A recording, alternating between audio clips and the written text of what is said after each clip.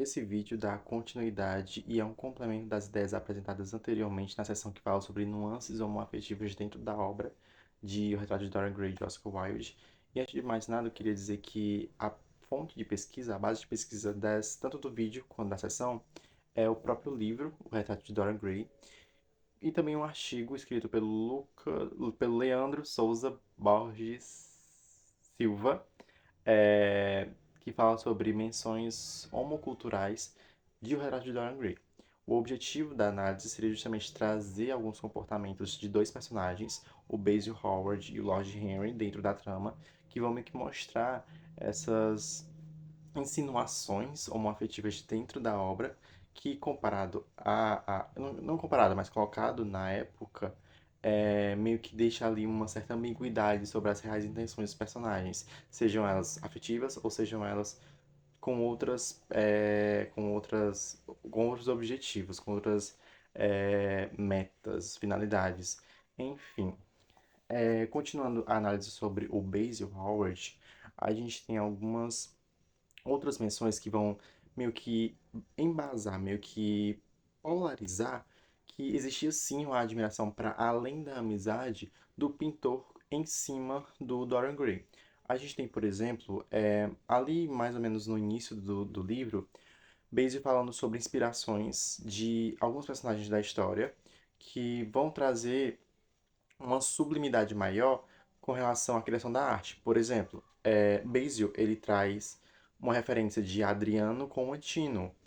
O Adriano foi um imperador que manteve relações homoafetivas com um rapaz chamado Antino e meio que por acaso do destino eles não ficaram mais juntos e o Adriano, como forma de homenagear esse amor que ele sentia pelo Antino, ele desenvolvia coisas artísticas e trazia para o mundo algumas obras gigantescas para tentar mostrar para o mundo essa relação que ele teve com o Antino, para meio que provar o amor que ele sentia pelo rapaz. O Basil colocar isso dentro do livro traz uma espécie de nuance maior ao que seria a forma como ele enxergava a própria afeição que tinha pelo Dorian Gray, meio que trazendo essa referência, essa comparação como que Adriano era com Antino.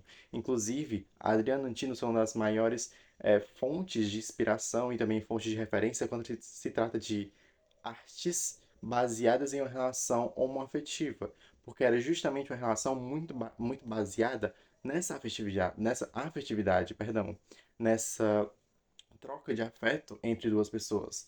E trazer isso como uma referência mostra não só uma fonte artística, como também uma espécie de similaridade, uma espécie de comparação de situações propostas, tanto Basil Howard com o Dorian Gray, como Adriano Prantino. Indo ali para o final do livro, a gente tem uma conversa, inclusive um spoiler, antes do Dorian Gray matar o Basil Howard, a gente tem uma conversa muito profunda do Basil literalmente se declarando pro Dorian Gray, meio que trazendo ali coisas sobre o que ele sentia, o que ele passou a sentir desde que conheceu Dorian Gray e fez o retrato dele, o que deixa ali uma espécie de ambiguidade, mas também uma coisa de será se sim, será se não, sobre a posição de sentimento que ele sentia, no caso o Basil, pelo Dorian Gray. Porque ele não deixa explícito em palavras o eu gosto de você ou eu estou apaixonado por você, mas ele deixa meio que nas entrelinhas que existe um sentimento muito forte que não foi correspondido e que o Basil preferiu manter isso guardado literalmente até a morte dele. Porque o Dorian Gray, ele entendeu o que acontecera ali dentro do contexto deles dois, só que ele não correspondeu. Até então, falando um pouco sobre termos modernos, o Dorian, ele aparentemente seria heterossexual, até porque ele se envolveu com a atriz Sybil, e até o fim da obra não existe outras espécies de comportamentos que possam evidenciar uma espécie de correspondência de sentimento entre o Dorian Gray com o Basil. Meio que é como se fosse literalmente um amor platônico entre o pintor com a obra, sabe? Com o modelo da obra. Então, meio que o Basil leva até o túmulo esse sentimento que ele tinha pelo rapaz, pelo jovem.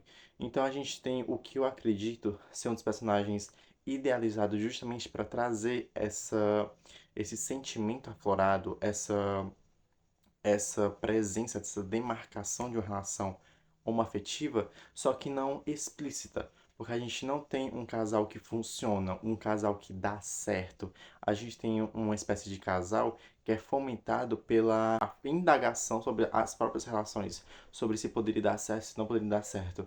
Mas justamente um sentimento velado, um sentimento guardado por parte do pintor, que provavelmente por pressão da época, por pressão da sociedade, não explicitou os sentimentos. Por isso que fica essa coisa misteriosa sobre os reais sentimentos do Basil Howard com o Dorian Gray. O que é muito interessante pararmos para pensar, porque a gente tem aqui claramente uma referência sobre as situações de vida do próprio autor, Oscar Wilde, porque ele sim foi acusado e preso por manter relações com o filho de um aristocrata.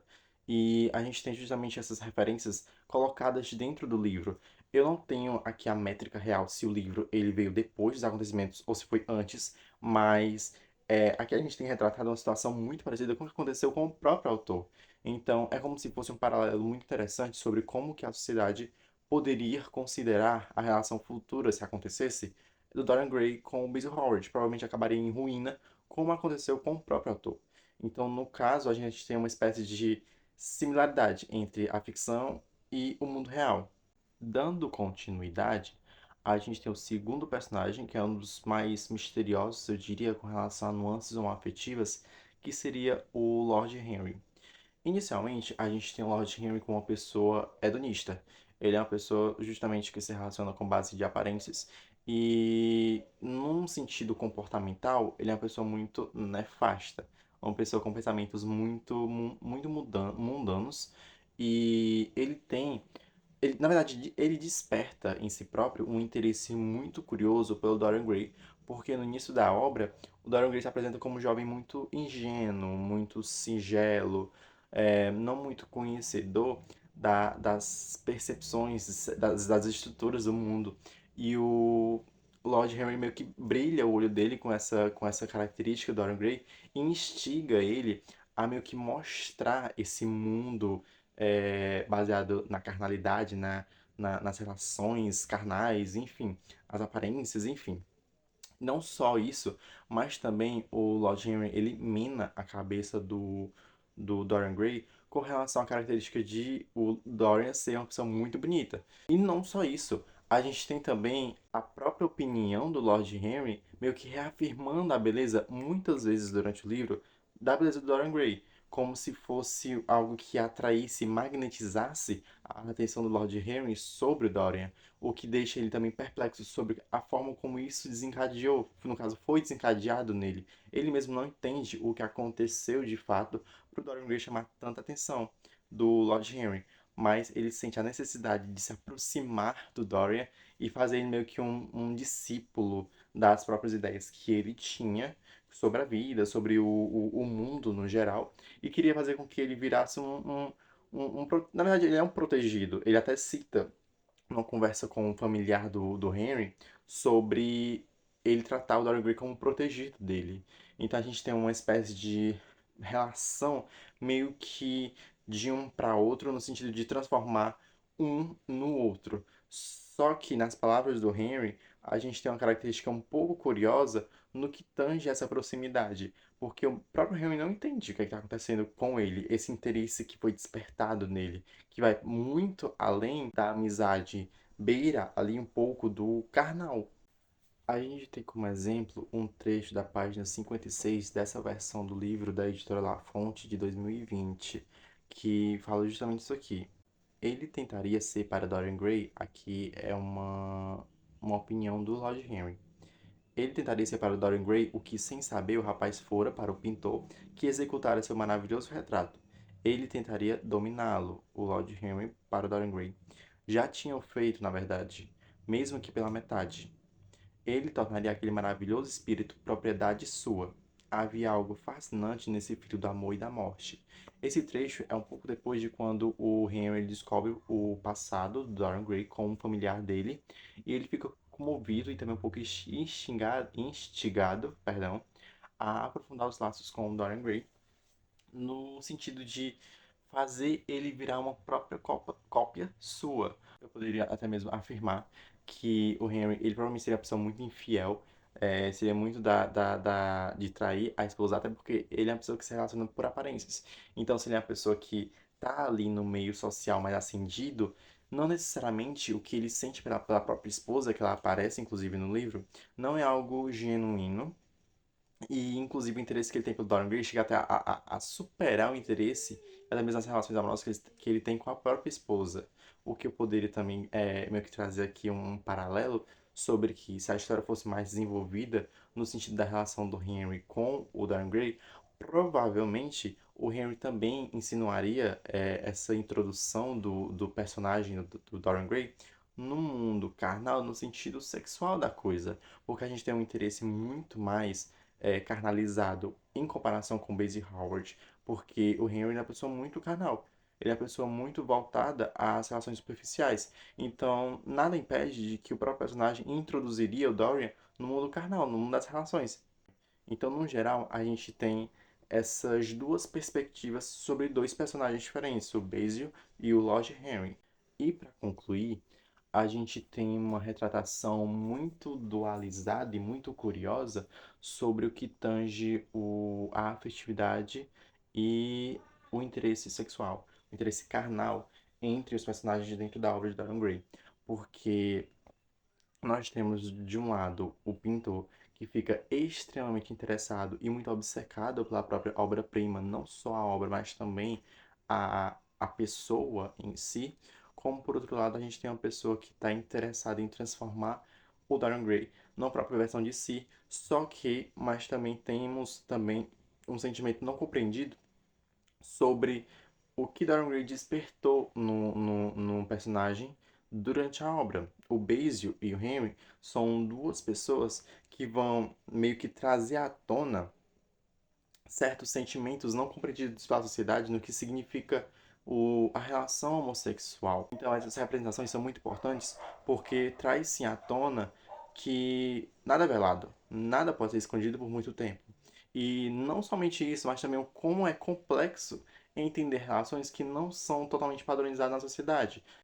A gente tem essa construção fora desse molde e como isso é complexo e como isso se mostra no psicológico dos personagens, porque eles mesmos podem não entender o que eles sentem e se entendem, eles provavelmente não vão deixar a parte, não vão deixar evidente por medo da pressão da sociedade e provavelmente a própria, perdão, finalização da própria existência, como a gente tem, por exemplo, o Basie Howard, que obviamente ele não foi morto porque gostava do Dorian Gray. Ele foi morto por causa de um surto que o próprio Dorian teve, mas ele morreu guardando esse sentimento que ele tinha pelo próprio personagem, pelo próprio da própria obra-prima dele. No artigo também é citado todos esses pontos que eu citei dentro da obra que eu consegui enxergar lendo o livro, eu também encontrei dentro do artigo. Então, muito do que eu falei aqui também pode ser encontrado dentro do artigo.